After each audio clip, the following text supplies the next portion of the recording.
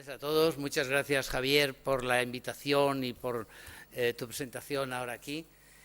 Comentábamos un poco antes que son ya 23 años los que lleva este ciclo de clásicos de Antigua.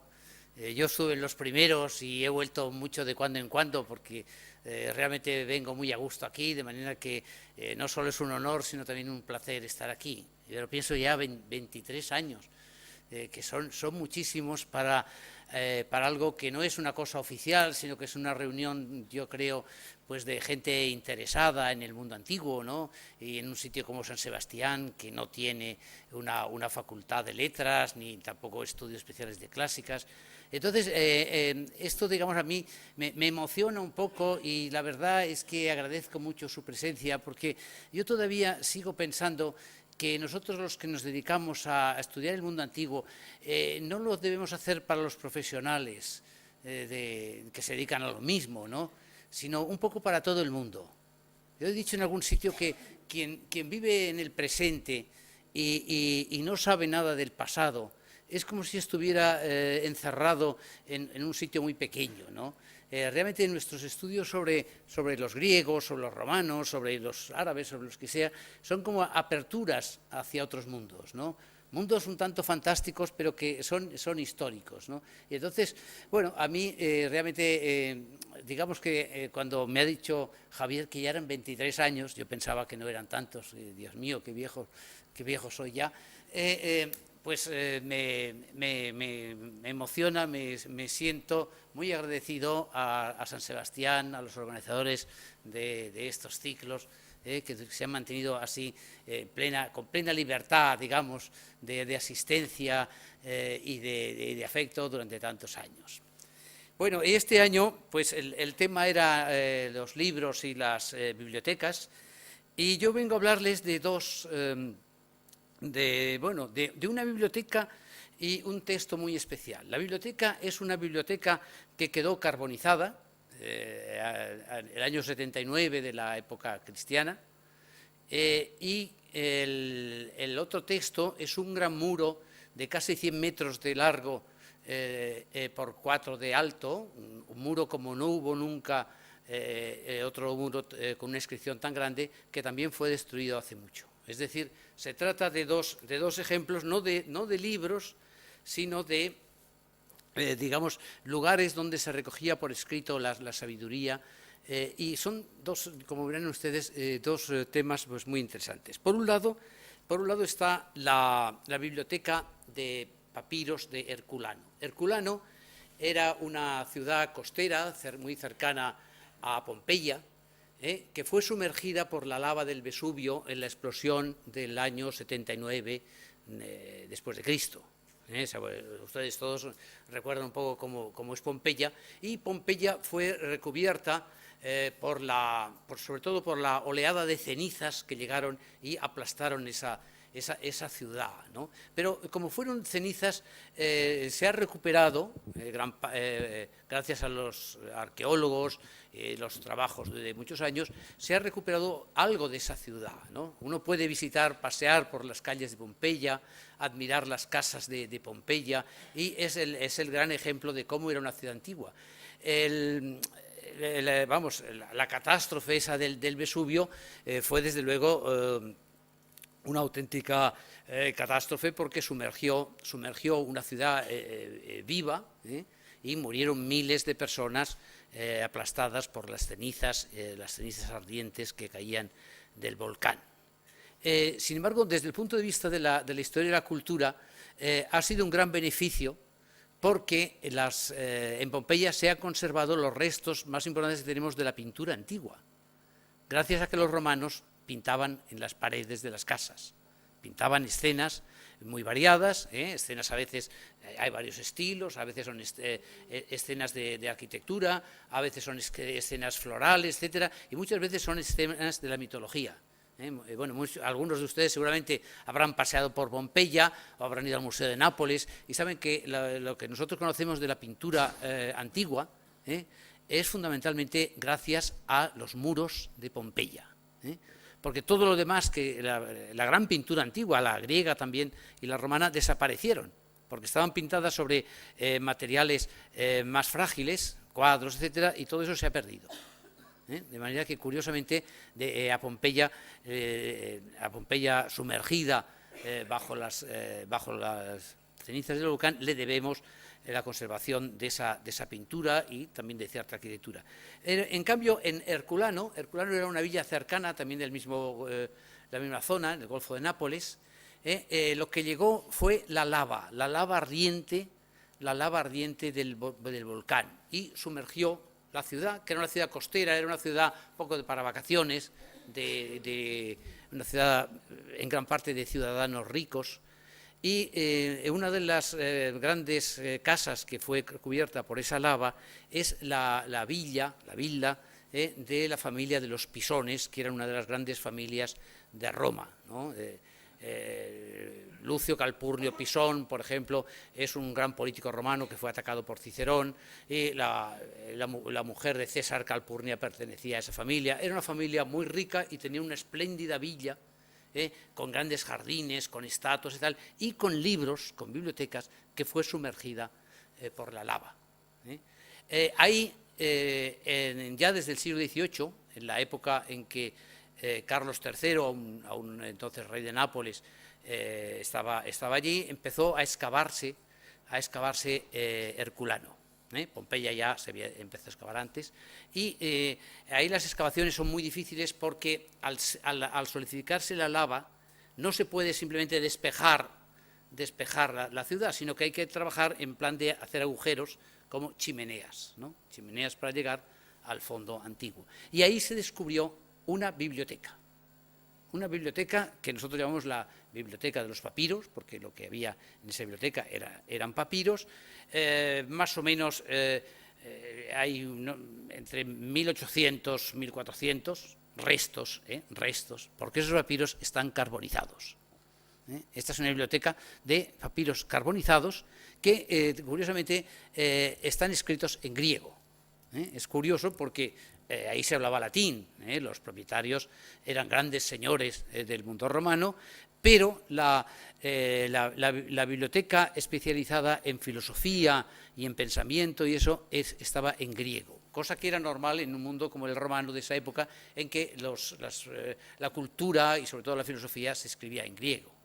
Ustedes recuerdan que incluso mucho más tarde, casi siglo y pico más tarde, el emperador Marco Aurelio todavía escribe sus pensamientos en griego, aunque él no tenía nada que ver con el mundo griego, era un señor romano de familia hispana, y sin embargo escribía en griego. Bueno, ese descubrimiento que se hizo en el siglo XVIII se ha ido avanzando y nos ha legado toda una serie de textos que en principio esos textos están carbonizados, son rollos de papiro carbonizados, que poco a poco han podido descifrarse muchos, mediante una máquina que ya se inventó en el siglo XVIII, no recuerdo el nombre era un sacerdote, inventó una máquina, mediante la cual poco a poco se iba desarrollando el papiro y, a pesar de estar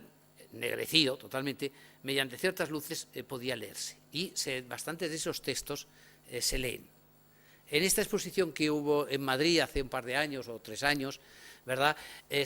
Los italianos, los que dirigen las excavaciones y tal, trajeron algunos de esos papiros. Uno de los más largos, por ejemplo, para que ustedes se den idea, pues era como esta mesa, tiene más de 4 metros, y están escritos en griego. Hay otros que no se han podido desarrollar y son como una especie de piedras negras, pero lo curioso es que es la única biblioteca que nos ha sido conservada del mundo antiguo. En principio, pues los primeros descubridores se hicieron muchas ilusiones de que pudieran encontrarse grandes obras literarias perdidas. Digamos que no fue tanto el éxito, porque lo que hay en esa biblioteca son simplemente textos de la escuela epicúrea, o sea, textos filosóficos, la mayoría de un filósofo epicúreo que ya conocíamos por otras cosas, conocíamos por sus poemas, que se llamaba Filodemo de Gádara y vivió en el siglo I antes de Cristo.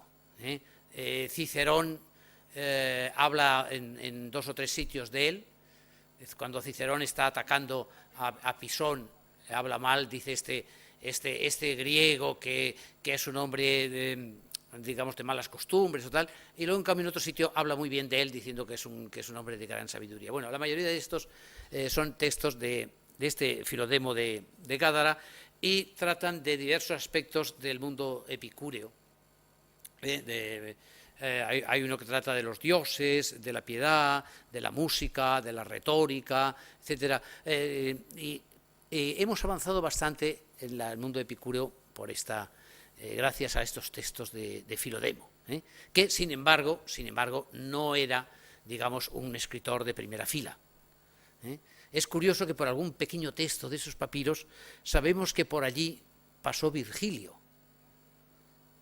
Yo me acuerdo de un profesor italiano que estaba muy contento porque había descubierto un trocito de estos negros que era una carta en que se mencionaba a Virgilio.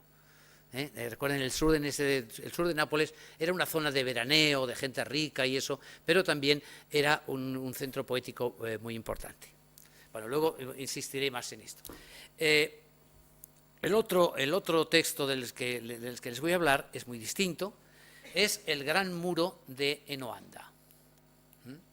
Digamos, la biblioteca de los papiros, digamos, quedó sumergida, convertida, digamos, en una reserva de textos carbonizados hacia el 79, la época del volcán, la explosión del volcán, esta es muy conocida y toda esa historia es muy conocida. En cambio, este otro es otro testimonio raro del epicureísmo, que conocemos también por los investigadores modernos. De los antiguos nadie habló de ese muro hasta que a finales del siglo XIX unos exploradores alemanes descubrieron en una pequeña aldea que se llama Enoanda, que está en Asia Menor, al sur de Cilicia, descubrieron una serie de inscripciones en piedra. Piedras que estaban por el suelo, algunas metidas en casas, en alguna taberna había una inscripción, y eran los restos de una enorme inscripción también escrita por un filósofo epicúreo. Esta inscripción se data en el siglo II después de Cristo, no sabemos exactamente cuándo, quizá en época de Adriano, por ejemplo, podría ser, es decir, un poco antes del 150 después de Cristo, en la época de que florecía el mundo griego ahí, pudiera ser más o menos, y es una inscripción que nos ha conservado algunos textos importantes de Epicuro. De manera que es muy curioso que esos dos descubrimientos, que como ven ustedes no tienen nada que ver con la tradición textual de esos textos que se han copiado, como es el caso de la mayoría de los textos antiguos. Conocemos los textos antiguos porque se han ido copiando generación tras generación, saltándose la Edad Media, cuando Bizancio trajo de nuevo los textos griegos, etcétera. Hay una tradición de los textos griegos, pero estos en cambio son textos que llegamos a ellos directamente, ¿no? Tenemos por un lado papiros carbonizados, por otro lado trozos de una gran inscripción de carácter filosófico en una aldea de Asia Menor, de lo que hoy es Turquía. En aquella época, de todas maneras, en el siglo II, esa zona de Asia Menor era una zona próspera. En esa época del Imperio Romano era una zona próspera, ¿no? Por allí, un siglo y pico antes o algo menos había pasado, por ejemplo, San Pablo, había sectas cristianas, etcétera. Era una zona importante, esta donde se escribió esta inscripción, cuyo autor sí, es un tal Diógenes de Noanda. No es el que picó las letras, sino el que pagó la gran inscripción. Bueno, vamos a hablar un poco de estos dos casos, ¿no? Como ven ustedes, es muy curioso que hayan sido dos testimonios del epicureísmo, porque tenemos muy pocos textos de Epicuro.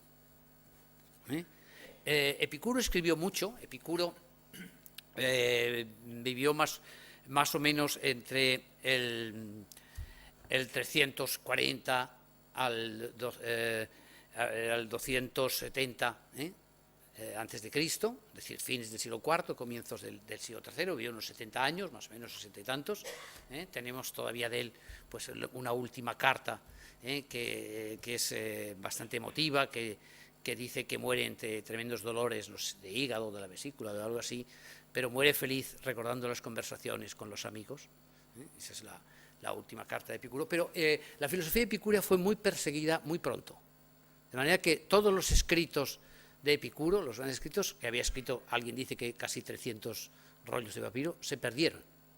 Se perdieron intencionadamente, quiero decir que en parte por azar, en parte porque los filósofos que vinieron después, que eran afectos al platonismo, o al aristotelismo, o al estoicismo, o incluso también las sectas de los cristianos, etcétera, quisieron borrar el legado epicúreo.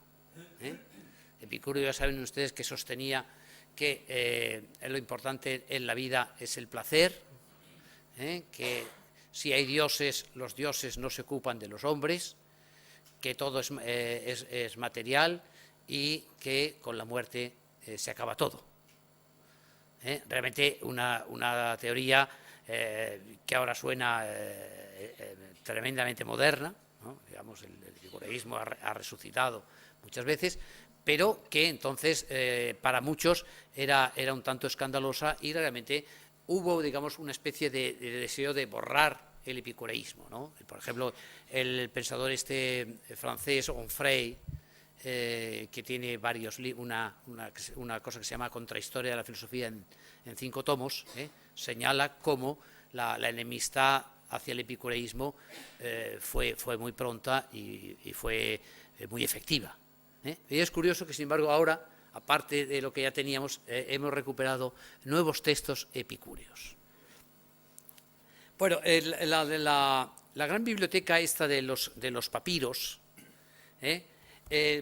nos muestra cómo ahí en el mundo romano, en esta villa lujosa, en una sociedad de amigos, florecía el epicureísmo. El epicureísmo insiste en que la amistad es muy importante para la felicidad. Hay muchas frases de Epicuro que recuerdan esto, ¿no? Es importante la justicia, pero más importante que la justicia es lo que los griegos llamaban la filía, la amistad.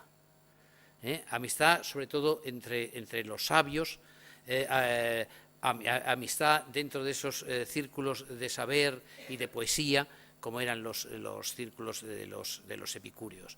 Y bueno, en estos papiros, ya digo, tenemos una muestra de cómo el epicureísmo tenía una gran faceta cultural. Hay muchas referencias a otros escritores, se trata mucho de poesía, de música, incluso de la piedad. Es toda una muestra de una especie del mundo cultural de los epicúreos que no conocíamos antes. Sí sabíamos que en el mundo romano había epicúreos importantes. Es curioso que Cicerón, que no era epicúreo desde luego, tenía un gran respeto por los epicúreos. Es curioso que Séneca, que tampoco era epicúreo, cite muchas veces a Epicuro, pero aquí tenemos una muestra de una sociedad, digamos, claro, un poco de alta sociedad, en que se vivía el ambiente del mundo epicúreo. Es muy curioso, en relación a esto, que este escritor, que es del que tenemos ahí los textos más importantes, se llama Filodemo, fuera un poeta, porque Epicuro dice que el sabio no hará poesía, y también dice otro texto de Epicuro que el amor es algo que el sabio evita, el amor pasional, se entiende, porque va contra la serenidad que busca el sabio. Y lo curioso es que este Filodemo nos es conocido por sus poesías de carácter erótico, y también por su amor a la poesía. Y no deja de ser curioso que también el otro gran escritor epicúreo del mundo romano, que es Lucrecio, que escribió ese de Rerum Natura, sobre la naturaleza de las cosas, fuera también un gran poeta. Es decir, que es curioso que en el mundo romano el epicureísmo está representado por estas dos grandes figuras. Lucrecio, a quien ya conocíamos, que sin duda ninguna uno de los grandes escritores de la antigüedad, un poema curioso porque es un poema científico, un poema científico sobre el origen de la naturaleza, el origen de la cultura, el origen de las cosas, y luego también por este Filodemo, que era un maestro de cultura, que enseñaba poesía, retórica, a quien fue a escuchar Virgilio y otros poetas de la época. Bueno, esto es por un lado. Por otro lado, voy a detenerme un poco más porque creo que es menos conocido, está esta famosa inscripción de Enoanda que encargó un epicúreo que se llamaba Diógenes. Diógenes es un nombre muy corriente, Diógenes, ¿se acuerdan ustedes? Hay un Diógenes el cínico, y hay otro Diógenes de otra época, y hay un Diógenes famoso que escribió una historia de filosofía que se llama Diógenes Laercio. O sea, Diógenes, y sabemos de él que era un epicúreo, y sabemos de él algo porque en su inscripción empieza hablando de sí mismo. No era un gran filósofo, era un señor que cuando encarga esto es ya viejo, está enfermo y sin embargo está contento con la vida porque ha sido feliz gracias al epicureísmo. Y lo que quiere con esa inscripción es que los demás sean felices.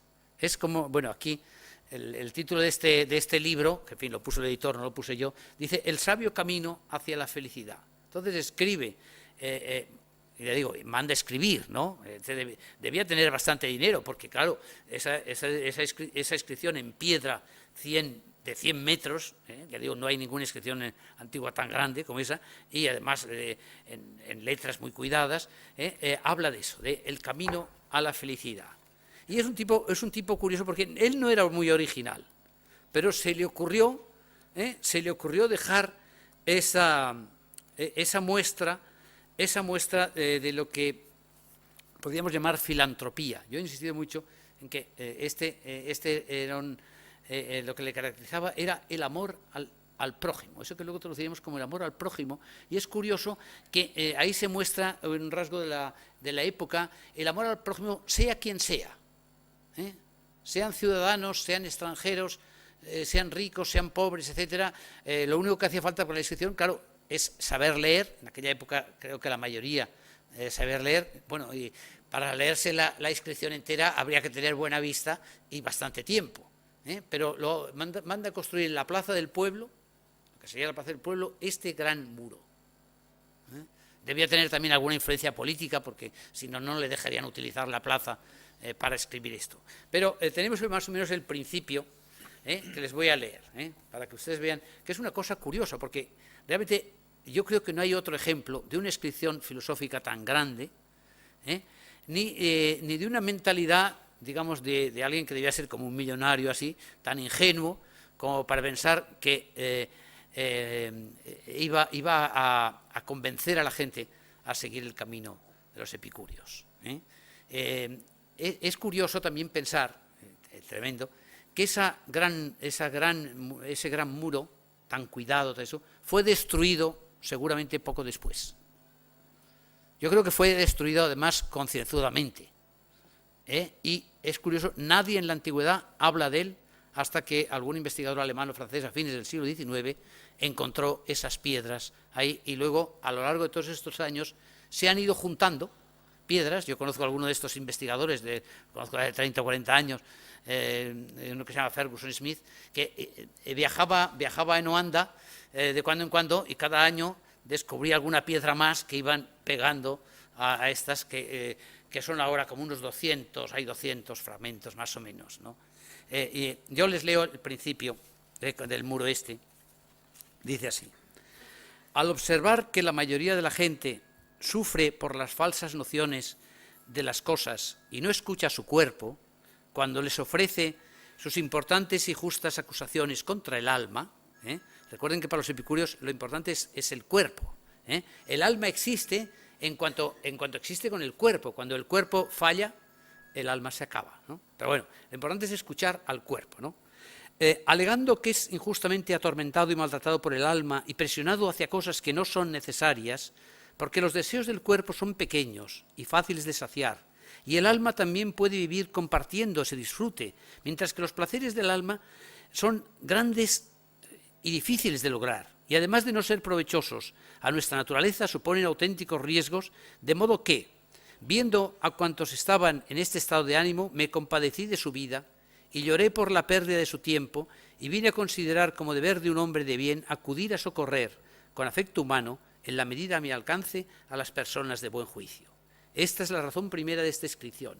Digo, por un lado, que es vano el temor a la muerte y a los dioses, lo que angustia a la mayoría de vosotros. Y por otro, que lo que produce la alegría de verdad, duradera, no son ni los teatros, ni los espectáculos, ni los baños, ni los perfumes, ni los ungüentos que dejamos todo para las masas vulgares, sino el estudio de la naturaleza. El estudio de la naturaleza quiere decir la ciencia. Esto está muy claramente en la línea epicúrea. La línea epicúrea dice, para ser feliz hay que evitar el temor a la muerte, el temor a los castigos divinos, y tampoco hay que preocuparse de las cosas lujosas. Hay que aprender a gozar de los placeres sencillos, es lo que dice, ¿no?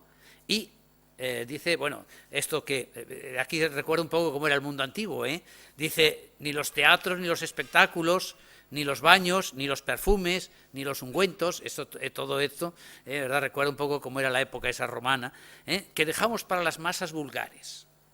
Las masas vulgares pueden ser los ricos, ¿no? En este caso, ¿no? Sino el estudio de la naturaleza. Dice, y he querido refutar a los que acusan a la filosofía de no sernos provechosa. Así que, aunque no participo de los asuntos públicos, en los epicúreos decían que no había que meterse en política, que eso era para los más tontos, ¿no?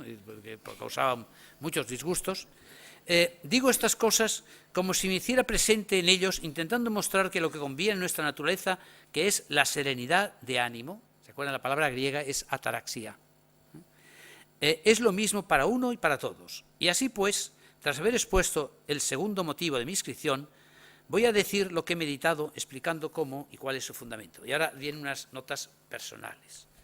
Dice, llegado ya al ocaso de mi vida, a punto casi de despedirme de la existencia por motivo de mi edad, he querido hacerlo con un hermoso peán es un canto de victoria, para celebrar la plenitud de los placeres, a fin de no quedarme atrás en ayudar a las personas de buen entendimiento. Él insiste, ustedes ven, en las personas de buen entendimiento. Claro, si no se tiene buen entendimiento, no se entenderá esto. Dice, así que si uno solo, o dos, o tres, o cuatro, o cinco, o seis, o cualquier otro número de personas que prefieras, amigo, con tal de que no sean demasiadas, se encontraran angustiadas, yo me dirigiría personalmente a cada uno de ellos, uno por uno, para darles mi mejor consejo. Es decir, él aconseja, pero aconseja uno por uno, no a las masas. Una cosa curiosa esto de los epicúreos, ¿no? Porque, como he dicho antes, la mayoría de la gente anda enferma en masa, afectados como por una epidemia, por sus falsas opiniones acerca de las cosas, y van enfermando cada vez más, pues sus empeños se contagian, como una enfermedad, unos a otros, como sucede en los rebaños. Y justo es acudir en ayuda también de los que vivirán después de nosotros. No piensa solo en sus contemporáneos. Pues también ellos son algo nuestro, aunque no hayan nacido. Y además, una muestra de amor al prójimo es socorrer a los forasteros que lleguen hasta aquí. En fin, no sé si ahora por ahí no anda, pasarán todos los que vienen de Siria, pero en fin, espero que no. Así que, como los consejos de la inscripción quedarán al alcance de muchos, he querido utilizar este pórtico para exponer en ámbito público los remedios medicinales de la salvación. Estos remedios médicos los hemos probado nosotros cabalmente, pues nos hemos librado de todos los temores que suelen acongojarnos en vano y hemos anulado por completo las penas superfluas y limitado las naturales en su conjunto a algo pequeño, reduciendo su grandeza a lo mismo. Y luego sigue, hay algún trozo más que dice, algunos filósofos, y de modo especial los socráticos, afirman que el investigar la naturaleza y los fenómenos celestes es una ocupación excesiva e inútil y no se dignan ocuparse en nada por el estilo. Pero él, aquí no sabemos por qué, dice, otros no se ocupan de la ciencia, pero él cree que la ciencia, estudiar la ciencia, es un camino para la felicidad, ¿no? Y luego vienen unas críticas a diversos filósofos anteriores. Es curiosa esta inscripción porque supone en los lectores una cierta cultura. No sabemos si es que la filosofía estaba en esa época bastante extendida, porque hay críticas a los esos.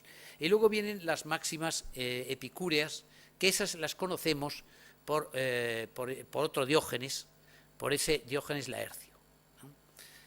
De Diógenes Laercio, no sé si he hablado aquí en alguna ocasión. Diógenes Laercio es un escritor del siglo III, a principios, o segundo, que escribió la única historia de la filosofía amplia que tenemos sobre el mundo antiguo, que se titula Vidas y opiniones de los filósofos más ilustres. Ese es un escrito que está en 10 libros, aunque lo que nosotros llamamos libros hoy serían capítulos, ¿no? Eso es una obra que puede tener 200 o 300 páginas, y es la obra más divertida que hay sobre los filósofos antiguos, pues está llena de anécdotas. Ahora bien, este Diógenes Laercio, que era más bien un erudito, chismoso, le gustaba mucho las anécdotas más conocidas del mundo antiguo, esas anécdotas sobre Diógenes, sobre Platón, sobre tal, todas proceden de Diógenes Laercio, que sería una especie de ratón de biblioteca, que lo que le gustaba de los filósofos es qué tipos más pintorescos eran. Sin embargo, acaba en el 10º libro dedicándolo a Epicuro, porque no va por orden cronológico, sino que acaba por Epicuro porque dice que como que Epicuro ya es el camino a la felicidad.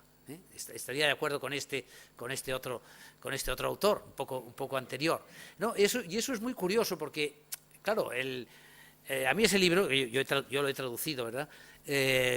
Porque siempre me ha gustado, me ha parecido un libro genial. Es un libro del que le gustaba mucho a Nietzsche.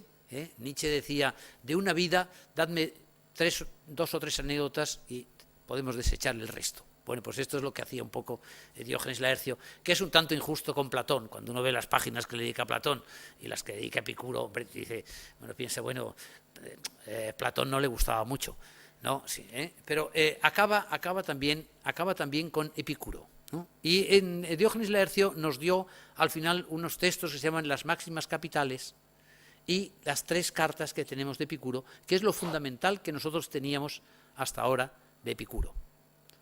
Aquí muchas de estas líneas de esta gran inscripción repiten máximas capitales. Otras tienen algún trozo pues, de la física que perdimos, otras no son muy interesantes porque este viejo Diógenes de Noanda no pretendía ser original. Él no pretendía ser original. Él pretendía simplemente manifestar cómo el camino a la felicidad pasaba por el epicureísmo. Y entre las cosas nuevas que tiene, lo curioso es al final, es un elogio o una defensa de la vejez. Eso es bastante original, porque entre los griegos, digamos, la época siempre preferida, elogiada, era la juventud, ¿no? Desde los líricos arcaicos, de esos líricos que decía, hay uno que se llama Minermo, morirme quisiera cuando ya no tenga los placeres de la áurea Afrodita, o sea, que decía, lo principal es el amor, gozar de la juventud, el mundo de los guerreros es un mundo de jóvenes, etc. Está mal vista la vejez. La vejez, claro, la vejez en el mundo antiguo era mucho peor que ahora, Piensen ustedes que nosotros tenemos una medicina y tenemos unos avances que los antiguos no tenían. Los antiguos, la mayoría tendrían mala dentadura, tendrían achaques de diverso tipo. La vejez estaba muy mal vista. Aunque hay que decir también que yo creo que la vejez en los pueblos mediterráneos era mejor que en los pueblos de más arriba. Porque los viejos mediterráneos, la prueba es que muchos escritores griegos, como ustedes saben, murieron bastante mayores. Sófocles con 90 años, otros con 80, Platón con 80 y tantos, ¿verdad? Otros cuando los mataron, por ejemplo, a Sócrates lo mataron con 70, pero estaba bastante bien conservado. En cambio, aquí hay un elogio de la vejez. Elogio de la vejez también teníamos uno en Cicerón. Cicerón tiene un tratado, que a algunos de ustedes se sonará, que se llama De Senectute, y que elogia a los viejos porque dice que los viejos tienen una gran sabiduría para la política y tal. Pero a un epicúreo esto de ser sabio para la política no le parecía un gran mérito. Y en cambio, aquí lo que se elogia en los viejos es que aunque son más lentos, tienen más memoria y tienen una cierta capacidad de disfrutar de la vida. Y hay una comparación que me parece muy curiosa, que dice que son como los elefantes, que también es curioso porque esto es una comparación de época helenística, porque antes en Grecia no había elefantes, pero ya eso, que son como los elefantes lentos, un poco más lentos, pero de memoria y amables y tal, en fin. Y hay estos rasgos nuevos que introducen una nueva nota de este viejo que también nos ha dejado algunas cartas. Una de estas cartas, por ejemplo, que, vamos, ven ustedes que esta inscripción sirve para bastantes cosas, es una carta de Epicuro, copia de una carta de Epicuro a su madre, que es una muestra del afecto familiar que fue muy importante entre los epicúreos. Le dice a su madre que no le mande dinero porque ya se lo manda su padre y que no se preocupe de él, que se preocupe en dedicarse un poco más, de abrirse un poco a la filosofía, que no debía gustarle mucho a la madre, y es un testimonio de afecto muy curioso de este filósofo, que sabemos que en su círculo, ¿se acuerdan? En su círculo filosófico, Epicuro tenía un círculo que se llamaba el jardín. El jardín debía ser como un pequeño huerto en los alrededores de Atenas. Filosofaba con algunos de sus hermanos. Una de las características de los epicúreos, donde era que el círculo se basaba en la amistad y la inteligencia. Y es curioso que él admitiera a sus hermanos, y a los antiguos les escandalizaba un poco que admitiera incluso a mujeres, y a algunas mujeres, digamos, de vida alegre. Había una famosa hetera, una especie de prostituta fina, que se llamaba Leonción, que sabemos que escribió unos tratados epicúreos estupendos. Se han perdido, ¿no? Pero bueno, con lo que yo iba es que esta inscripción empezó, se descubrió a fines del siglo XIX, y poco a poco se han ido descubriendo estos textos que se han ido agregando, y nos muestran algo que no teníamos, que es un testimonio directo de la filosofía antigua. Siento aquí no tener ilustraciones, es muy difícil tenerlas, porque así como el de los papiros en la exposición esta que se hizo en Madrid, pues trajimos algunos papiros. Estaba también una visión de la gran villa esta de los pisones, y bueno, se trajo incluso una máquina que había de desenrollar los papiros. De las inscripciones estas de Noanda están en Noanda, y vamos, yo he visto algunas fotos y eso, y son unas inscripciones muy cuidadas, y lo curioso es que es ese silencio que hubo en torno a la obra, que también es muy revelador de cómo era el mundo antiguo. Pues ustedes imagínense el enorme trabajo que supuso, bueno, y lo que le costó a este Diógenes construir ese enorme monumento, y la desaparición del mismo, sin que nadie dijera nada de ellas. Por tanto, bueno, yo quería exponer estas dos cosas como una muestra de que todavía es posible que nos lleguen algunas novedades sobre el mundo antiguo. Es verdad que tenemos los grandes textos que se han ido copiando. Lo que se perdió. Tenemos una pequeña parte de lo que escribieron los antiguos, tenemos solo una pequeña parte. Como les digo, los tratados epicúreos se perdieron casi todos, o todos, ¿no? De los cínicos tenemos más bien una colección de anécdotas que vienen de Diógenes Laercio.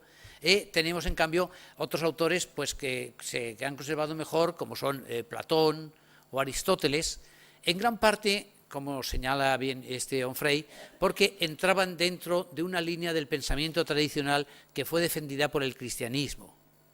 Es evidente que los padres de la Iglesia, por ejemplo, que continuaron en el mundo griego, se inspiraron en gran parte en Platón, y luego en Aristóteles, a partir de la Edad Media, ¿verdad? Hay un renacimiento de Aristóteles, y la historia de la filosofía que nosotros conocemos es fundamentalmente esa historia, en fin, que es, digamos, conservadora, espiritualista, que habla mucho del destino del alma, que conserva, digamos, los esquemas políticos más tradicionales, y en cambio se perdió la otra línea, la línea esta que podríamos llamar revolucionaria o crítica, que estaría en los cínicos, que estaría también en los epicúreos y en otros filósofos materialistas.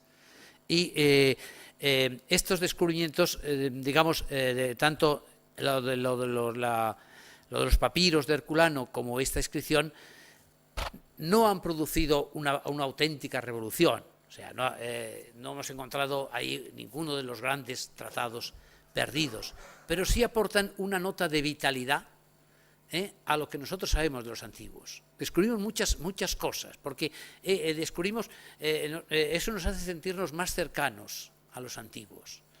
Es decir, es lo mismo que pasa pues, con Pompeya.